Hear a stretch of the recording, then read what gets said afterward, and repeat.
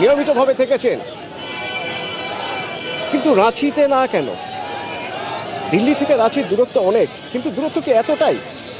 সেখানেও তো পড়ুয়াদের বিক্ষোভ, জেনজির বিক্ষোভ, তাদের সঙ্গে থাকার কথা, তাদের পাশে থাকার কথা বারবার রাহুল গান্ধীর মুখে উঠে এসেছে। আমার সঙ্গে গৌরব রয়েছে নিউজরুম থেকে। গৌরব, তাহলে কি বন্ধুর বিরুদ্ধে বিক্ষোভ বলে মুখে কুলুপ রাহুল গান্ধীর, কি মনে হয়? একদমই। দেখো অতনু, এই প্রশ্নটা কিন্তু গোটা দেশ জুড়ে উঠছে। বিশেষ করে ঝাড়খণ্ডের ছাত্রনেতারা যারা এখন আন্দোলনে নেতৃত্ব দিচ্ছেন তারা কিন্তু এই প্রশ্ন তুলছেন। তারা প্রশ্ন তুলছেন যে রাহুল গান্ধী প্রয়াগরাজ যাচ্ছেন, রাহুল গান্ধী উত্তরাখণ্ডে যাচ্ছেন, ছাত্রকে গুজরামে প্রোগ্রাম করছেন, মূলত জেনজিদেরকে টার্গেট করে। তার যে জেনজিদের সমর্থন নেওয়ার জন্য তিনি যে আন্দোলন করছেন, কিন্তু সেটা ঝাড়খণ্ডের বেলায় গিয়ে কেন চুপ? এখনও পর্যন্ত ঝাড়খণ্ডের ছাত্র আন্দোলন নিয়ে তিনি ডাইরেক্ট কিছু বলছেন না, প্রিয়াঙ্কা গান্ধীর মুখ থেকেও কিছু শোনা যাচ্ছে না। মূল প্রশ্নটা এখন বিরোধী শিবির থেকে এটাই উঠছে যে ঝাড়খণ্ডে হেমন্ত সোরেনের সরকারের কারণেই কি তারা এই রকমভাবে নরম অবস্থান নিচ্ছেন, নাকি বন্ধু গভর্নমেন্ট বলে সেখানে সেই বিষয়ে তারা প্রশ্ন তুলতে পারছেন না? এই প্রশ্নটা কিন্তু গোটা দেশ জুড়ে উঠছে। ঝাড়খণ্ডের ছাত্র আন্দোলনে তিনি একবার ফোন করেছিলেন, রাহুল গান্ধীর সঙ্গে কথা হয়েছিল ছাত্র আন্দোলনে, কিন্তু তারপর থেকে সেইভাবে তিনি কোনো রকম সক্রিয় পদক্ষেপ করেননি। বিশেষ করে প্রয়াগরাজে 8 তারিখ তিনি যে প্রোগ্রামটি করেছেন, সেই প্রোগ্রামের পরও অনেকে আশা করেছিলেন যে রাহুল গান্ধী এবার ঝাড়খণ্ড নিয়ে প্রশ্ন করবেন, ঝাড়খণ্ড নিয়ে প্রশ্ন তুলবেন, হেমন্ত সোরেনের সরকারের উপরে চাপ তৈরি করবেন, ছাত্রদের দাবি দেওয়া মেনে নেওয়ার জন্য তারা চাপ তৈরি করবেন। কিন্তু বাস্তব ক্ষেত্রে দেখা যাচ্ছে তারা এই বিষয়ে কোনো রকম কথা বলছেন না। ঝাড়খণ্ডে বন্ধু গভর্নমেন্টের, হেমন্ত সোরেনের গভর্নমেন্টের উপরে চাপ সৃষ্টির জন্য তারা সেই মতো কোনো কথাই বলছেন না, যার পরিণতি আজকে কয়েক দফা কথার পর সেই কথা ব্যর্থ হয়েছে, গভর্নমেন্টের দৌত্য ব্যর্থ হয়েছে এবং ছাত্ররা আজকে বিধানসভা অভিযানে নেমেছিলেন। তারা বিধানসভা অভিযানের সামনে, এখন জলকামানের সামনে তারা আন্দোলন করছেন। ফলে জেনজির আন্দোলন নতুন করে একটা মাত্রা নিয়েছে দেশ জুড়ে। জেনজিদের আন্দোলন একটা অন্যরকম মাত্রা তৈরি করেছে। অতনু, গৌরব, আমরা দেখেছিলাম যে এর মাঝখানে আস্ক মি এনিথিং রাহুল গান্ধীর এই জেনজিদের জন্য, এবং শুধুমাত্র আমি যদি রাহুল গান্ধীকে বলতেই পারি যে ঠিক আছে, তার না হয় প্রিয়াঙ্কা গান্ধী, বদ্রা, রাহুল গান্ধী, তাদের না হয় রাজনৈতিক বাধ্যকতা আছে, কারণ একটা জোটের ব্যাপার রয়েছে, বিরোধী জোটের ব্যাপার রয়েছে, কিন্তু আমরা লাপাতা লেডিস তাদের তো পাচ্ছি না খুঁজে। অর্থাৎ যাদের আমরা দেখেছিলাম সহমর্মিতা দেখাতে তারা পৌঁছে গিয়েছিলেন যন্তর মন্তরে, তাদেরও তো এখানে খুঁজে পাচ্ছি না। একদমই। দেখো অতনু, অনেককেই দেখা গেছে যন্তর মন্তরের মঞ্চে গিয়ে, যেমন মহুয়া মৈত্রর কথা আমরা যদি ধরি, যন্তর মন্তরে তিনি মঞ্চে গিয়ে সমর্থন জানিয়ে এসেছিলেন। শাবানা আজমিকে আমরা দেখেছি, তিনিও যন্তর মন্তরে গিয়ে সকলকে সংহতি জানিয়ে এসেছিলেন। কিন্তু ঝাড়খণ্ডে যখন আন্দোলন হচ্ছে তখন না শাবানা আজমিকে দেখা যাচ্ছে, না মহুয়া মৈত্রকে দেখা যাচ্ছে। রিচা চাড্ডা, তার ক্ষেত্রেও একই প্রশ্ন উঠেছে। তিনিও অভিনেত্রী, তিনিও সরব ছিলেন দিল্লিতে যন্তর মন্তরে ছাত্র আন্দোলনের সময়, কিন্তু রাঁচির বেলায় তার সেরকমভাবে সক্রিয় ভূমিকায় দেখা যায়নি। সোনাক্ষী সিনহা, অভিনেত্রী সোনাক্ষী সিনহা, তৃণমূল সাংসদ শত্রুঘ্ন সিনহার মেয়ে, তিনিও জেনজির আন্দোলন নিয়ে, দিল্লিতে আন্দোলন নিয়ে প্রবল রকমভাবে সরব ছিলেন। তিনি যা সংক্ষিপ্ত 2 লাইনের একটা বক্তব্য রেখেছেন যে এখানে যেটা হচ্ছে সেটা আর কতদিন চলবে। কিন্তু মূল যে ব্যাপারটা, যন্তর মন্তরের সময় তৎকালীন শিক্ষামন্ত্রী ধর্মেন্দ্র প্রধানের ইস্তফার দাবিতে যেরকমভাবে চাপ সৃষ্টি করা হচ্ছিল, সেই রকম কোনো কনসিকুয়েন্স কিন্তু এই ঝাড়খণ্ডের বেলায় তৈরি হয়নি। ফলে এখানেই স্বাভাবিকভাবে প্রশ্ন উঠছে, রাজনৈতিক মহলে প্রশ্ন উঠছে যে প্রতিবাদ কি তাহলে সিলেক্টিভ? এই প্রশ্নের মুখে কিন্তু পড়তে হচ্ছে। ফলে দেশের লোকসভার বিরোধী দলনেতা তার যাবতীয় পদক্ষেপ কিন্তু এখন আতশ কাচের তলায়, যে তিনি সিলেক্টিভ প্রতিবাদ কেন করছেন। তিনি তামিলনাড়ুতে গিয়েছিলেন কয়েকদিন আগে, তিনি সেখানে গিয়ে ছাত্রদের অভিভাবকদের সঙ্গে কথা বলেছেন, সমবেদনা জানাচ্ছেন, কিন্তু ঝাড়খণ্ডের ছাত্রদের বেলায় তিনি কেন সেইভাবে মুখ খুলছেন না বা প্রতিবাদ করছেন না, বা হেমন্ত সোরেন গভর্নমেন্টের উপরে সেভাবে চাপ তৈরি করছেন না? আর তুমি যেটা বললে যে আস্ক মি এনিথিং, এই যে প্রোগ্রামটা তিনি নিয়েছেন, এই সময় অনেকেই কিন্তু ঝাড়খণ্ডের ছাত্র আন্দোলন নিয়ে তার কি ভূমিকা, এই নিয়ে কিন্তু প্রশ্ন করা হয়, এই নিয়ে অনেকে প্রশ্ন তোলেন। কিন্তু দেখা যায় যে ঝাড়খণ্ডের বিষয় নিয়ে তিনি খুব একটা সদর্থক উত্তর কিছু দেননি। তিনি সমর্থন জানাচ্ছেন, কিন্তু গভর্নমেন্টের উপর চাপ তৈরির জন্য যে রাজনৈতিকভাবে বা যে অন্য বিভিন্ন চ্যানেল, ডুয়েল চ্যানেল দিয়ে যেভাবে কথা বলা যায়, সেই কথা কিন্তু এখনও পর্যন্ত প্রকাশ্যে জনসমক্ষে আসেনি, এরকম কোনো খবর কিন্তু প্রকাশ্যে আসেনি।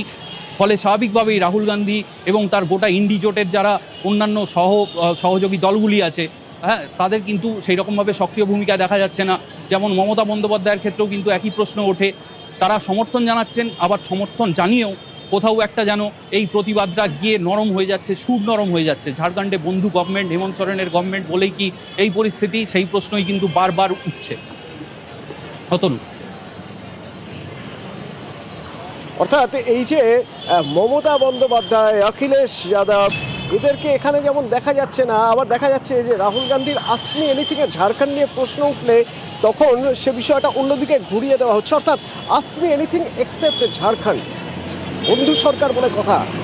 সেজন্য একই ইস্যু নিয়ে একই প্রতিবাদ, একই ছাত্রদের প্রতিবাদ, সেই প্রতিবাদে যদি বন্ধু সরকার থাকে তাহলে মুখে কুলুপ, আর যদি বিজেপি সরকার হয় তাহলে দূরত্ব যতই হোক না কেন সেখানে ঠিক পৌঁছে যাওয়া যায়। এখান থেকেই তো প্রশ্ন উঠছে যে তাহলে এই সিলেক্টিভ প্রতিবাদ, যাদের হয়ে কখনো প্রতিবাদ করছেন বা যাদের হয়ে নীরব থেকে যাচ্ছেন কখনো কখনো, তাদের কাছে আপনার ভাবমূর্তি কি যাচ্ছে? ভাবতে হবে দেশের বিরোধী যে দলগুলো রয়েছে বা বিরোধী জোট যদি আমি বলি, তাদের ভাবতে হবে। তার কারণ ভবিষ্যৎ যদি দেখি, আগামী ভোট, আগামী লোকসভা ভোট বা এর পরবর্তীতে যে বিধানসভা ভোটগুলোতেও আছে, তাতেই জেন জি মানে 18 থেকে 30 যাদের বা 33 বছরের ভোটার, যারা এই ভোটারের সংখ্যা ধীরে ধীরে বাড়ছে এবং অনেক শতাংশই রয়েছে। সেই ভোটে যারা দেবেন তারা যদি বুঝেই যান যে যারা বিজেপি বিরোধিতার জন্য বিজেপি বিরোধিতা করছেন বা কখনো ছাত্রদের পাশে দাঁড়াচ্ছেন, কখনো প্রয়োজনে ছাত্রদের পাশে দাঁড়ানোর কথা ভাবছেন না, তাহলে ভোটে পেতে কিন্তু তাদের যথেষ্ট সমস্যা হবে।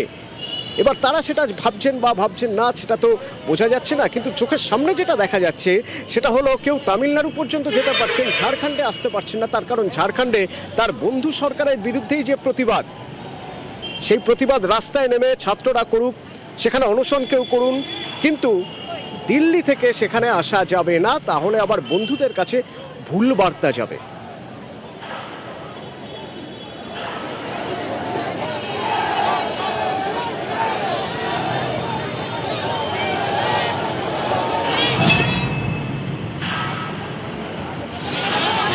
আর এদিকে ছাত্ররা রাস্তায় নেমে পড়েছেন, তারা বলছেন তাদের যে দাবি, সেই দাবি যতক্ষণ না পূরণ হবে তারা লড়বেন, এবং সেই লড়াইয়ের ছবি আপনারা দেখছেন এখন। এ হলো বিধানসভা মার্চ, যে বিধানসভার উদ্দেশ্যে তারা রওনা দিয়েছিলেন, তাতে মাঝপথে তাদের থামিয়ে দেওয়া হয়। প্রথমে ব্যারিকেড, এবং সেই ব্যারিকেড যখন তারা ব্যারিকেড ভেঙে এগোন, বা বলা যেতে পারে ব্যারিকেড টপকে এগিয়ে যান, তারপরে জলকামান, যে জলকামানের সামনে ছাত্ররা বসে পড়ে। এবং এই ছাত্রদের সঙ্গে অ্যাম্বুলেন্সে ছিলেন একজন অনশনকারী দেবেন্দ্রনাথ মাহাতো। আজ যখন ছাত্রদের এই প্রতিবাদ, এই মুভমেন্ট, দেবেন্দ্রনাথ মাহাতোর বক্তব্য শোনাবো আপনাদের।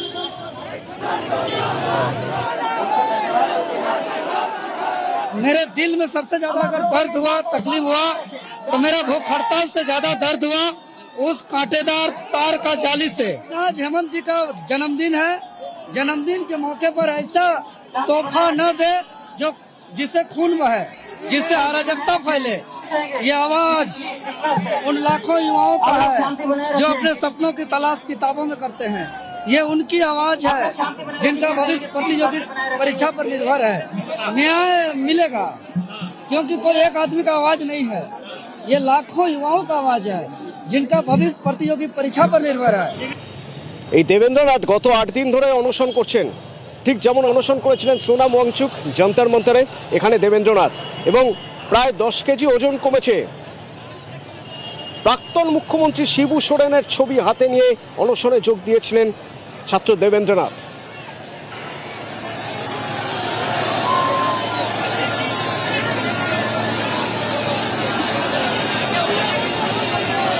जब तक हम लोग की मांगे पूरा नहीं हो जाती है तब तक हम लोग आज रुकने वाले नहीं है।